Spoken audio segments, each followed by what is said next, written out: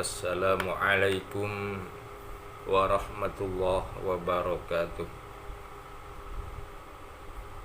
Pendiri Thariqah Syadiliyah yaitu Abul Hasan Asyadili.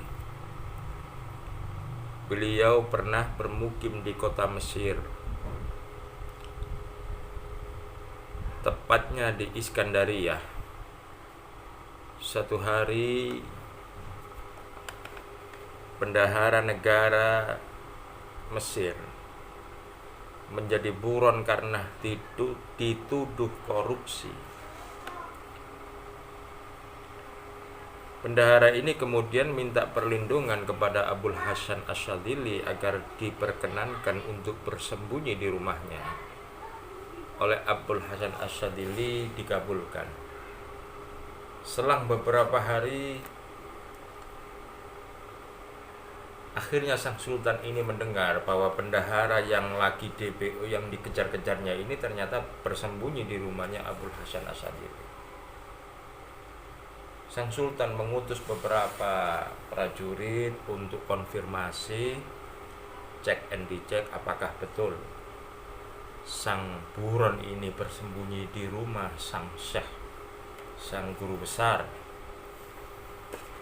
Akhirnya sesampainya di sana, para prajurit ini dijawab oleh Abul Hasan Asyadili, betul yang kalian sangkakan itu.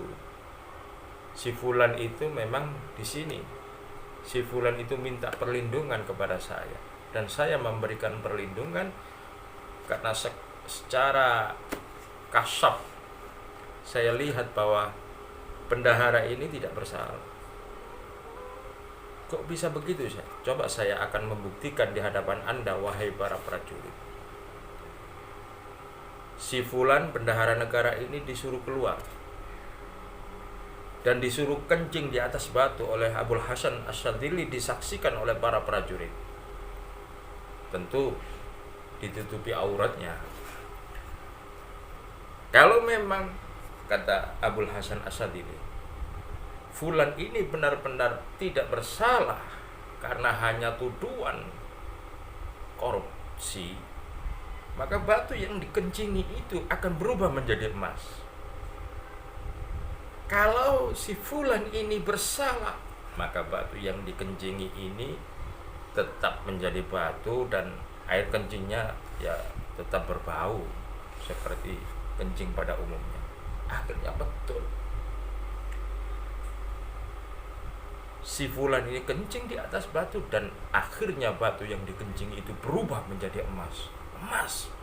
Bayangkan. Semua prajurit itu heran. Ya Syekh, kalau demikian kami kembali akan lapor kepada sang sultan. Sang sultan diberikan cerita oleh para prajurit heran-heran. Kemudian sang sultan sendiri yang soal kepada guru besar Abul Hasan Asyadili, kemudian memaafkan tuduhan-tuduhan itu dan memohon kepada si fulan ini untuk kembali bekerja sebagai bendahara negara karena dia tidak korupsi, dia hanya difitnah sebagai koruptor, sehingga perlu dibersihkan namanya dan kembali bekerja seperti biasanya. Ada ulama asal Jawa, Imam Nawawi Al-Bantani, menulis kitab yang namanya Nihayatuz Zain. Di sana Imam Nawawi menulis ijazah atau doa yang diajarkan oleh Abul Hasan Asyadili. Kami baca kitab yang ditulis oleh Imam Nawawi. Wa kana al-ustad Abul Hasan Asyadili yu'allimu ashabahu lidaf'il waswas wal khawatir radi'ah. Abul Hasan Asyadili mengajarkan kepada santri-santrinya secara khusus dan umumnya kepada kita semua tentu sebuah doa yang untuk menghilangkan was-was, untuk menghilangkan ragu-ragu, untuk menghilangkan syak dalam bahasa Arab. Wa yaqulu, kemudian Abul Hasan Asyadzili berkata kepada kepada ashab, kepada santri-santrinya, man ahassa bidzalik falyadh yadahul yumna ala sadri. Siapakah orang yang merasakan ragu-ragu, orang yang merasakan syak, orang yang merasakan was-was, maka hendaklah ia meletakkan tangan kanannya di atas dada, kata Abul Hasan Asyadzili kepada murid-muridnya. Kemudian wal yakul subhanal malikil qudusil khallaqil fa'al. Kemudian sambil tetap tangan itu diletakkan di atas dada, kemudian berdoa subhanal malikil qudusil khallaqil fa'al, dibaca sab'a marrat 7 kali. Kemudian kalau sudah dibaca 7 kali, diakhiri dengan bacaan iyasha yudhibkum wa ya'ti bi khalqin jadid wa ma dzalika 'ala Allahi bi aziz. Hanya 1 kali. Tetap tangannya masih diletakkan. Yang pertama subhanal malikil qudusil khallaqil fa'al 7 kali, kemudian ditutup dengan iyasha yudhibkum wa ya'ti bi khalqin jadid wa ma dzalika 'ala Allahi bi aziz. Itu doa yang diajarkan sahibul karamah, orang yang mempunyai karamah, yaitu Abul Hasan Asyadzili, bagi orang-orang yang sedang diuji was-was sehingga ibadahnya seringkali terganggu.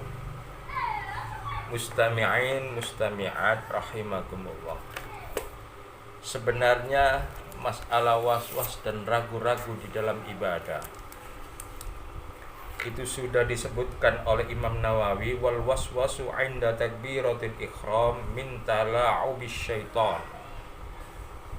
Imam Nawawi dalam kitab yang sama Nihayatuz Zan, bahwa was-was ketika takbiratul ihram, kita akan sering, bahkan mungkin sering diri kita sendiri atau orang lain, Allahu Akbar, Allahu Akbar. Kenapa ini?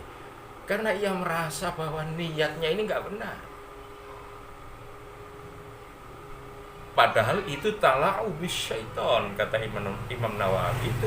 Itu permainan setan untuk mengganggu sholat Anda. Tidak perlu seperti itu. Itu hanya timbul karena Anda terlalu khawatir, Anda terlalu ndaki, kata orang Jawa, sehingga inginnya sempurna, sesempurna mungkin, padahal malah kita terjebur kepada satu kesalahan. Masalah was-was keraguan itu sudah dibahas, contohnya di dalam fikih atau di dalam usul fikih, kitab yang fenomenal di kalangan santri, yaitu Faraidul Bahiyah. Kitab bait-bait usul fikih. Salah satu di sana yang dibahas itu al-yaqinu la yuzalu bisyak. Kalau Anda sudah yakin, syak atau keraguan yang datang kemudian itu tidak mengganggu ibadah Anda, tidak mempengaruhi sah dan tidak sahnya ibadah Anda, karena keraguan ini datang setelah Anda yakin.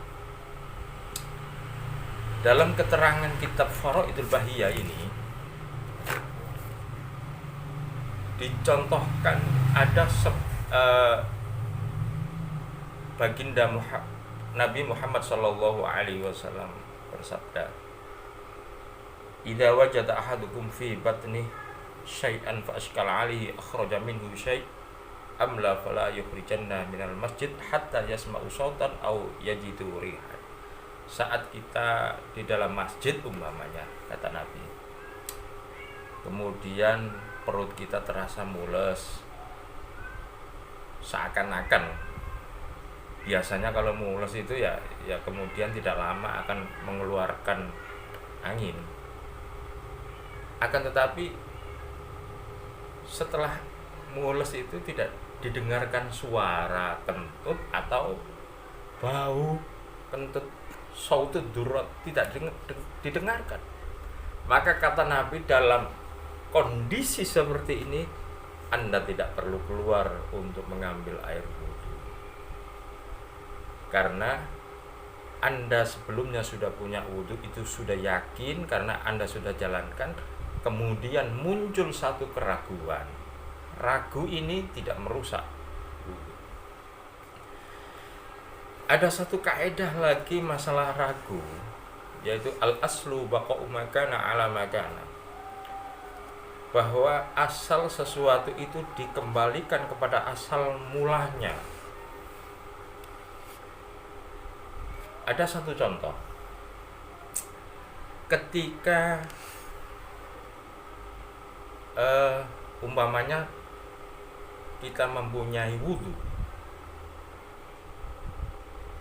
karena sudah menunggu lama sholat, akhirnya muncul keraguan, wudhu saya kemarin, kok wudhu saya ini batal apa enggak ya? Nah, asalnya itu Anda kan punya wudhu, sudah yakin, tapi muncul keraguan karena lamanya Anda menunggu sholat. Umpamanya setelah maghrib menunggu isya karena agak lama, setengah jam tadi, batal apa enggak ya? Kalau seperti ini, maka yang diambil adalah tidak batal, karena Anda yakin Anda sudah wudhu, itu yakin. Ragu batal atau tidak itu datang kemudian. Nah, keraguan ini tidak membatalkan yang awal, yang yakin. Al-yakinu la yuzalu bisyak. Ada contoh lain, Anda umpama setelah maghrib karena jalan-jalan itu Anda berpikir, tadi kan saya sudah sholat maghrib, berarti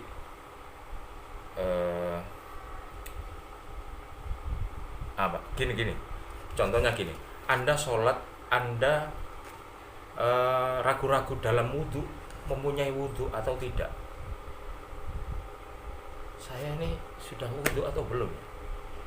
Berarti sebelum ada keraguan Anda ini belum berwudhu, maka yang diambil itu yang belum berwudhu. Jadi yang yakin yaitu Anda belum berwudhu. Keraguan apakah Anda wudhu atau belum ini datang kemudian. Ada contoh lain, ragu umpamanya setelah maghrib, umpamanya Anda tidur sehingga kebablasan sampai jam 12 malam. Anda bangun dan berpikir, loh saya ini kok bangun tidur jam 12 malam, apakah saya sudah sholat isya apa belum? Nah ini, maka kalau hal ini dalam kasus ini, maka yang diambil adalah saya belum sholat isya, untuk yang lebih yakinnya. Atau contoh lain, ketika kita sholat subuh, karena mungkin karena setengah ngantuk, tahiyat akhir muncul pikiran, loh saya tadi sudah qunut atau belum, maka hal ini yang lebih baik diambil yang bahwa kita belum berqunut, akhirnya kita sempurnakan dengan sujud.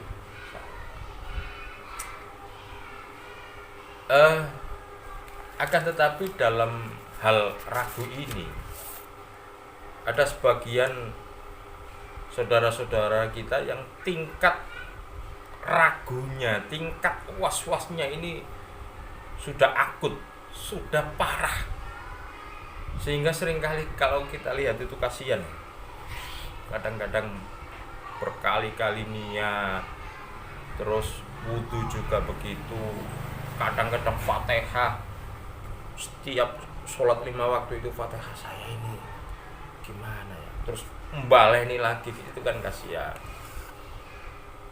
Padahal ibadah itu tidak sulit, yang sulit itu diri kita sendiri mempersulitnya itu.